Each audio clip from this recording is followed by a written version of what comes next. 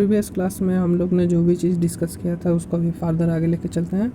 हम लोग ने electrical resistivity of different material के बारे में थोड़ा बहुत जान लिए थे, एक बार रिपीट कर लेते हैं उसके बारे में।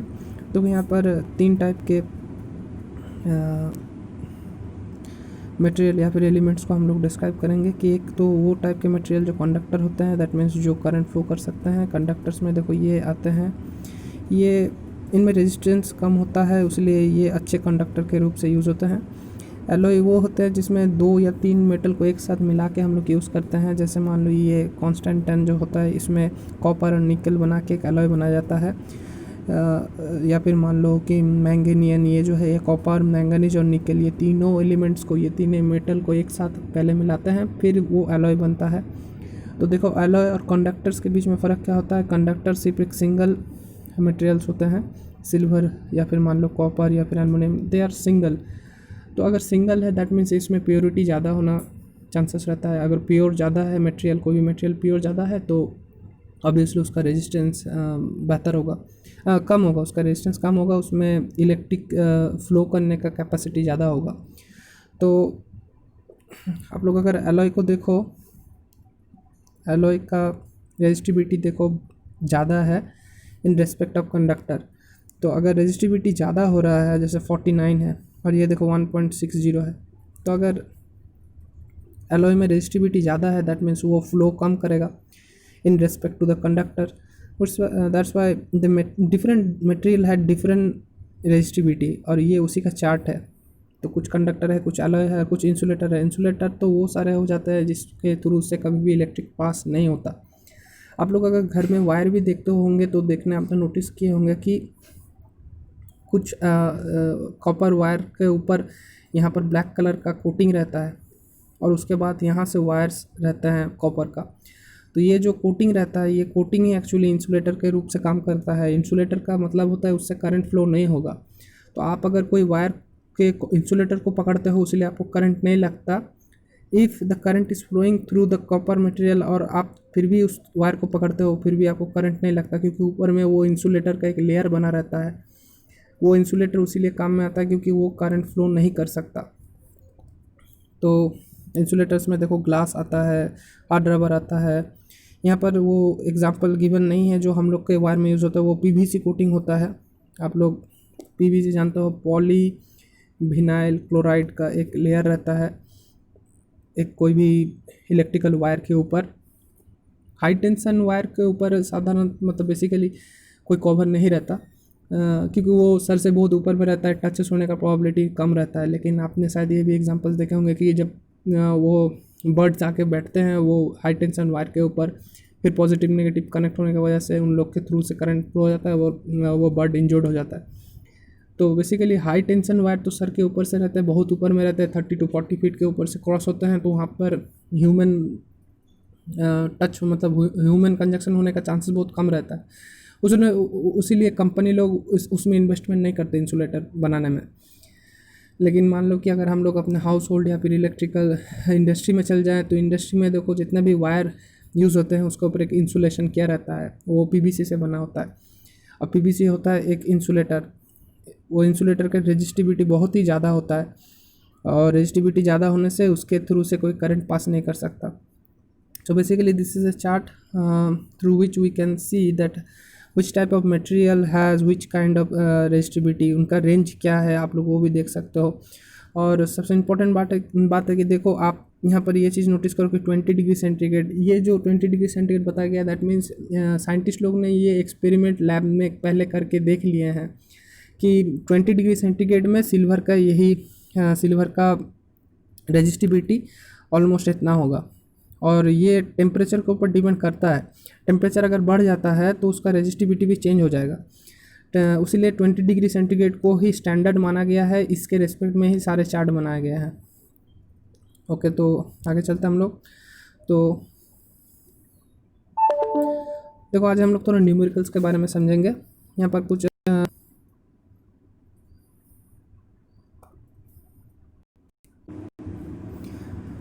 तो यहाँ पर कुछ न्यूमेरिकल्स के बारे में गिवन है, जैसे ये वाला देखो, इसमें क्या बताया गया है कि आपसे सवाल पूछा है कि how much current will bulb draw. तो क्वेश्चन के पहले ही हम लोग बाकी तो पढ़े नहीं, बस ये इतना दूर तक पढ़ के हम समझ में आ गया कि करंट वो निकालने बोल रहा है, दैट मीन्स आई निकालने बोल रहा है। तो अगर आई निकालने बोल रहा है, आई से रिलेटेड हम लोग को एक फॉर्मूला पता है कि I by divided by R equals to होता है भी। दैट मीन्स इसका दूसरा फॉर्म कुछ ऐसा होता है कि भी इक्वल्स टू आई आर, भी इक्वल्स टू आई आर। ये फार्मूला से आई निकालना पड़ेगा। तो मुझे भी वोल्टेज डिफरेंस, पोटेंशियल डिफरेंस और रेजिस्टेंस ये दोनों ही जानना पड़ेगा। तो देखता हूँ क्वेश्चन आगे पढ़ता हूँ। How much current will an electric bulb draw from A 220 volt. देखो वोल्ट तो बता दिया है, तो मीन वोल्टेज बता दिया है। So if the resistance of the bulb filament is 1200 ओम, देखो रेजिस्टेंस भी बता दिया। तो आपको आर भी पता चल गया 1200 है, 1200 के यूनिट क्या है ओम, एंड भी पता है आपको 220 वोल्ट है। ठीक है, भी मतलब पोटेंशियल डिफरेंस के बाद बता रहा हूँ मैं यहाँ पर। ठीक है, तो देखो आपको आर पता हो गया, भी पता हो गया, दैट मीन्स आप इजीली आई निकाल सकोगे। यहाँ पर देखो उन्होंने वही किया है कि भी पता है 220 वोल्ट, आर पता है, भी दे दिया है, आर दे दिया है, यहाँ से आई निकाले गए। तो आई क्या हो जाएगा, आई का फॉर्मूला होता है भी बाय आर हो जाएगा। ये कहाँ से आ गया, भी इक्वल्स टू आई आर से आ गया। आर को नीचे भेज दिया भी के, इधर आई बच गया, इसलिए इसे लिख रहा है कि आई इक्वल्स टू भी बाई आर। और भी के जगह पे 220 और आर के जगह में 1200 पुट करेंगे तो we will get the value of I. देखो यहाँ पर ऐसे किया है कि आई का वैल्यू क्या होगा 220 बाई 1200, सो इट बिकम्स 0.18। और आप लोग नोटिस करो कि इसका यूनिट क्या हो रहा है, इसका यूनिट हो रहा है ए मतलब एम्पेयर, करंट का यूनिट होता है एम्पेयर। ठीक है, 220 बाई 1200 इन्होंने डिवाइड करके देखा तो इसका आंसर आया ये, और उसका यूनिट क्या है उसका एम्पेयर। आप लोग देखो यहाँ पर मैथ की बना 220 by 1200 ohm equals to 0.18 ampere. तो नेक्स्ट क्वेश्चन क्या पूछा गया है, बी में पूछा गया है कि how much current will an electric heater coil draw from 220 volt source if the resistance of the heater coil is 100। ये भी सेम ही है, इसमें भी आपको आई निकालने बोला है, आपको भी गिवन है और आर भी गिवन है। तो अब भी के जगह पे 220 पुट कर दो, आर के जगह पे 100 पुट कर दो, तो आपको पता चल जाएगा। सो देखो उन्होंने वही पुट किया है, तो आई का वैल्यू कितना आ गया है 2.2 एम्पेयर। यहाँ पर देखो 2.2 एम्पेयर आ गया है। आई का यूज़ हो रहा है यूनिट एम्पेयर ए, ये हमेशा ध्यान में रखो। रेजिस्टेंस का क्या यूज़ हो रहा है ओम, एंड भी का यूज़ कर रहा है क्या वोल्ट। भी मतलब ऐसे मत समझो कि भी क्यों लिख रहा हूँ, ये तो एक्चुअली पोटेंशियल डिफरेंस है, पी होना चाहिए, लेकिन पोटेंशियल डिफरेंस को भी हम लोग भी से ही डिनोट करते हैं, तो इसलिए भी यहाँ पर भी हो रहा है और एज ए यूनिट भी यूज़ हो रहा है। यूनिट में ये क्या हो गया वोल्ट। ओके, देखो एग्जांपल 12.4 देखते हैं। यहाँ पर आपको क्या निकालने बोला है, the potential difference between the terminals of an electrical heater is 60 volt. 60 volt मतलब क्या हो गया, दैट मीन्स आपको वो वोल्टेज बता दिया है कि 60 वोल्ट है। क्या कोई टर्मिनल है उसके दो एंड में, मतलब ये वाला एंड और ये वाला एंड, इन दोनों के बीच में पोटेंशियल डिफरेंस कितना है 60 वोल्ट का है, 60 वोल्ट है। मतलब अगर आप लोग दो पॉइंट को अगर आप मेज़र करते हो, एक टर्मिनल ले लेते हो, यहाँ से एक तो वोल्ट मीटर कनेक्ट करते हो और इस टर्मिनल से वो वोल्ट मीटर का दूसरा वायर कनेक्ट करते हो, तो वोल्ट मीटर में आपको 60 वोल्ट बताएगा, यही बता रहा है। तो 60 वोल्ट हो गया भी हो गया 60 वोल्ट। ओके, नेक्स्ट पढ़ते हैं। When it draws a current of 4 ampere from the source, that means इसमें आई कितना फ्लो हो रहा है 4 एम्पेयर फ्लो हो रहा है। तो देखो भी पता है, आई पता है, ऑब्वियसली जो चीज़ आपसे नहीं पूछा है वो है आर कितना होगा, आर ही निकालने बोलेगा शायद। लेट्स सी, देखता हूँ क्वेश्चन पढ़ता हूँ। So what current will the heater draw if the potential difference is increase to 120 volt. देखो ये बात को पहले समझो कि आपको भी गिवन है, आई गिवन है, ठीक है 4 एम्पेयर। तो यहाँ से मुझे आर पता नहीं है, आर को मुझे पहले निकालना पड़ेगा। और फिर सवाल पूछा है कि अगर मैं इस वोल्टेज को बढ़ा के 120 वोल्ट कर दूं तो कितना करंट उसमें फ्लो होगा। तो इस टाइप का क्वेश्चन निकालने के लिए 2 स्टेप होता है। पहला स्टेप में आपको आर निकाल लेना पड़ता है और फिर आपको फर्दर प्रोसेस में जाके आर का जितना वैल्यू आया उसी को रख के आई का वैल्यू निकालना होगा, V को 120 यूज़ करके। मैं रिपीट करता हूँ क्वेश्चन को देखो क्या बोला गया। The potential difference between two terminals of an electrical heater is 60 volt when it draws a current of 4 ampere. मतलब जब 60 वोल्ट के दो टर्मिनल में हम लोग उस इलेक्ट्रिकल हीटर को एंगेज किए थे तो 4 एम्पियर करंट फ्लो हो रहा था। लेकिन क्या होगा अगर हम लोग उसी इलेक्ट्रिकल हीटर को 60 वोल्ट के जगह 120 वोल्ट के सर्किट में अगर जोड़ दें तो उसमें से कितना करंट फ्लो होगा। तो अब देखो इलेक्ट्रिकल हीटर तो चेंज नहीं हुआ, दैट मीन्स वो हीटर का रेजिस्टेंस फिक्स्ड है, ना वो बढ़ेगा ना वो घटेगा, वो रेजिस्टेंस तो फिक्स है उस हीटर का। लेकिन क्वेश्चन में आपको उस हीटर का रेजिस्टेंस ही पता नहीं है, तो गिवन डेटा से आपको पहले उस इलेक्ट्रिकल हीटर का रेजिस्टेंस निकाल लेना पड़ेगा। और फिर जो दूसरा स्टेप में आपको पूछा गया है कि क्या होगा अगर 120 वोल्ट में हम लोग ले जाते हैं, उस जगह पे मुझे ऑलरेडी रेजिस्टेंस पता रहता है, पता चल जाएगा कि रेजिस्टेंस कितना होगा क्योंकि हम लोग पहले वाला डेटा से निकाल लेंगे। तो जो भी रेजिस्टेंस हम लोग को निकलेगा उसी को रख के भी को इस बार 60 की जगह 120 हम लोग को लेके कैलकुलेशन करना पड़ेगा और वहाँ से हम लोग आई निकाल लेंगे कि कितना करंट फ्लो होगा। तो देखो पहले हम लोग निकालते हैं कि V equals to I R होता है, ये पता है हम लोगों को। एंड यहाँ में हमको V पता है कितना है 60, मुझे I पता है कितना हो रहा है 4 एम्पेयर करंट फ्लो हो रहा है, R नहीं पता। तो मैं अगर R निकालना चाहता हूँ तो मुझे 60 के नीचे 4 लेके जाना पड़ेगा।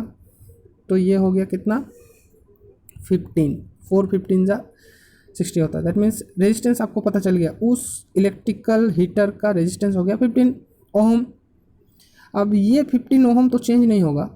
तो अब मुझे जब निकालना है कि अगर मैं 120 वोल्ट में इसको कनेक्ट करता हूँ जिस हीटर का रेजिस्टेंस है 15 ओहम, तो करंट कितना फ्लो होगा। तो फॉर्मूला क्या होगा, आई कोस्ट होगा V बाई आर। मतलब इस बार मुझे V की जगह 120 रखना है और R की जगह 15 बैठा देना है। तो इसको कैंसिल आउट करूँगा तो आपका आंसर आ जाएगा 8। दैट मीन्स क्वेश्चन में जो आपसे पूछा गया था उसमें पहले आपने रेजिस्टेंस अलग से निकाला और फिर इस रेजिस्टेंस आपको जो भी आया उसको फिर V equals to I R formula में पुट करके इस रेजिस्टेंस में वही वैल्यू को पुट कर दिया। तो वोल्टेज डिफरेंस चेंज होने से उसमें करंट का भी फ्लो चेंज होगा। वो हमने ही बता के गया था कि करंट कितना फ्लो करेगा वो डिपेंड करता है वोल्टेज डिफरेंस के ऊपर। अगर रेजिस्टेंस कांस्टेंट है तो रेजिस्टेंस तो कांस्टेंट रह जाता है कोई भी इलेक्ट्रिकल हीटर के लिए, वो तो कभी बढ़ेगा भी नहीं घटेगा नहीं।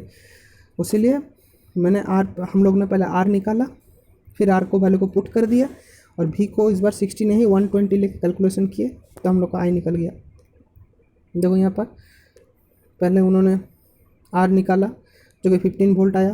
फिर देखो क्या पूछा है, when the potential difference is increase to 120 the current given by. तो करंट क्या हो जाएगा, वही V by R, V equals to I R formula से निकलेगा।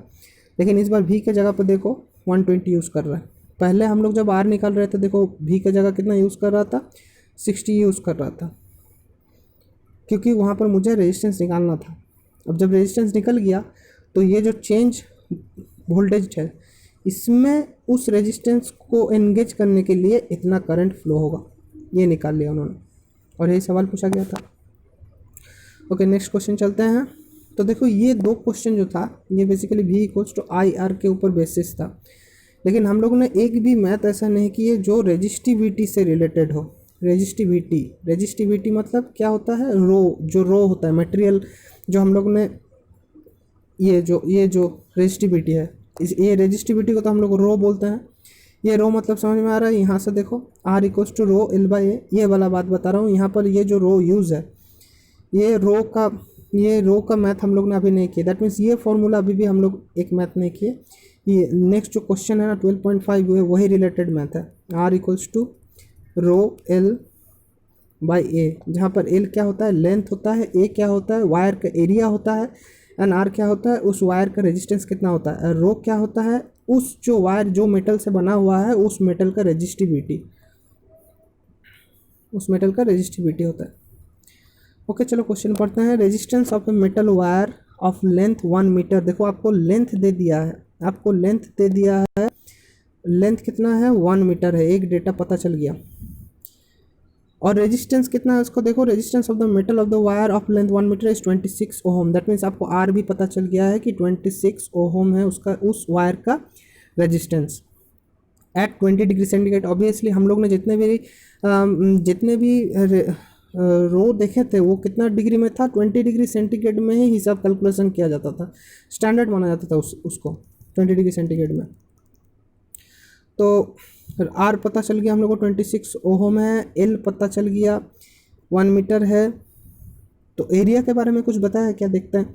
If the diameter of the wire is 0.3 millimetre. देखो यहाँ पर इंटरेस्टिंग बात क्या हो गया, आपको एरिया नहीं बताया, आपको क्या बता दिया है, डायमीटर बता दिया है।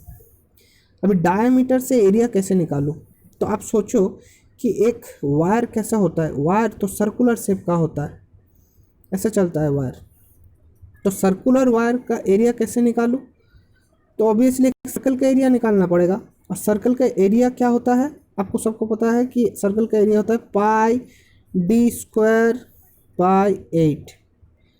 हाँ, आपने ये फॉर्म में तो कभी नहीं देखे हैं, आपने किस फॉर्म में देखे हैं, मुझे पता है कि आप लोग को ये वाला पता होगा, पाई आर स्क्वायर, ये पता है। लेकिन देखो उसमें आर क्या होता है, रेडियस। लेकिन अगर हम लोग रेडियस नहीं लिख के डायमीटर के हिसाब से एरिया का फॉर्मूला लिखे तो एरिया फॉर्मूला क्या हो जाएगा, पाई डी स्क्वायर बाई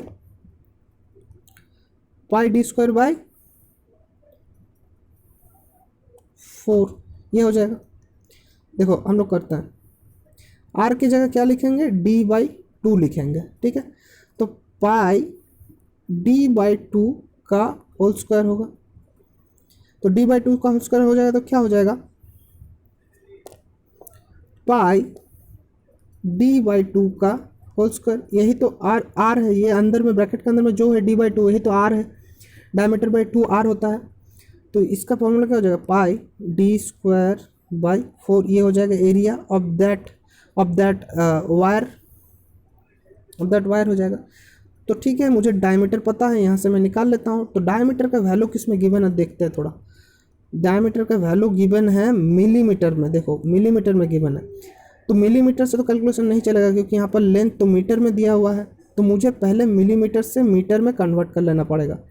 तो 0.3 मिलीमीटर कितना होता है, कितना मीटर होता है, देखो नीचे गिवन है। आप मिलीमीटर से अगर मीटर में कन्वर्ट कर रहे हो मतलब 1000 से डिवाइड करना पड़ेगा। 1000 से अगर डिवाइड करोगे तो आपका वैल्यू कुछ आ जाएगा 3 × 10⁻⁻4, ठीक है। तो ये आपका डी आ गया। अब इसको वैल्यू पुट करना पड़ेगा तो हम लोग का एरिया आ जाएगा। तो देखो क्वेश्चन आगे चलते हैं, तो सोल्यूशन में देखो आप लोग समझ में आ जाएगा। तो आपको निकालने क्या बोला है, आपको निकालने बोला है कि what will be the resistivity of the metal at that temperature, मतलब आपको रो निकालने बोला है। तो रो कहाँ से आएगा, हम लोग को एक फॉर्मूला पता है कि R = होता है रो L/A। अगर मुझे यहाँ से रो निकालना है तो L और A को इस साइड में भेजना पड़ेगा। तो अगर इस साइड में भेजेंगे तो ये फॉर्मूला क्या हो जाएगा, R के साथ तो A क्रॉस मल्टीप्लाई हो जाएगा और L चला आएगा उसके नीचे। दैट मीन्स RA/L ये हो जाएगा रो। और मुझे इस फॉर्मूला में, ये जो फॉर्मूला हम लोग को आया ये कहाँ से आया था, यहाँ से आया था। इस फॉर्मूला में R भी पता है, A भी पता है, L भी पता है। हाँ, हमने A तो अभी तक नहीं निकाला, सिर्फ D निकाल के छोड़ दिए हैं। सेपरेटली एरिया भी निकाल लेंगे। एरिया निकालने के लिए मुझे क्या करना पड़ेगा, पाई d² 4 को पुट करके डी का वैल्यू पुट करके, जहाँ पर डी का वैल्यू कितना आया था हम लोगों का 3 × 10⁻⁴, ये वैल्यू पुट करके एरिया ये वाला निकाल लेना पड़ेगा, एरिया निकाल लेना पड़ेगा। तो इसमें पुट करके देखते हैं। देखो यहाँ पर क्वेश्चन में भी यहाँ पर देखो PDF में देखो क्या बता रहा है कि रो = RA/L आ गया। ऑब्वियसली ये कहाँ से आया पता चल गया। और देखो A का जगह पे क्या लिखा है, पाई d² 4 लिख दिया है। और फिर यहाँ पर जब सारा वैल्यू पुट करके उन्होंने कैलकुलेशन कर लिए, जहाँ पर देखो R का वैल्यू कितने रखे हैं, R का वैल्यू उन्होंने रखा है 26, पाई d² 4 का वैल्यू निकाल लिए हैं, L का वैल्यू पता है 1 मीटर, और एरिया के जगह पे उन्होंने पाई × 3 एरिया निकालने के लिए उन्होंने क्या किया, पाई मतलब 22/7 कर दिए हैं इंटू डी का मतलब डी मतलब 3 इंटू 10⁻⁻4, इसका स्क्वायर करें हैं और 4 कर दिए हैं, पाई डी स्क्वायर बाई 4 कर दिया है। और ये सब का वैल्यू जब पुट करके उन्होंने रो का कैलकुलेशन किए हैं, उनका रो का कैलकुलेशन करने के बाद रो कितना आया, देखो ये वाला आ गया 1.84 इंटू 10⁻6।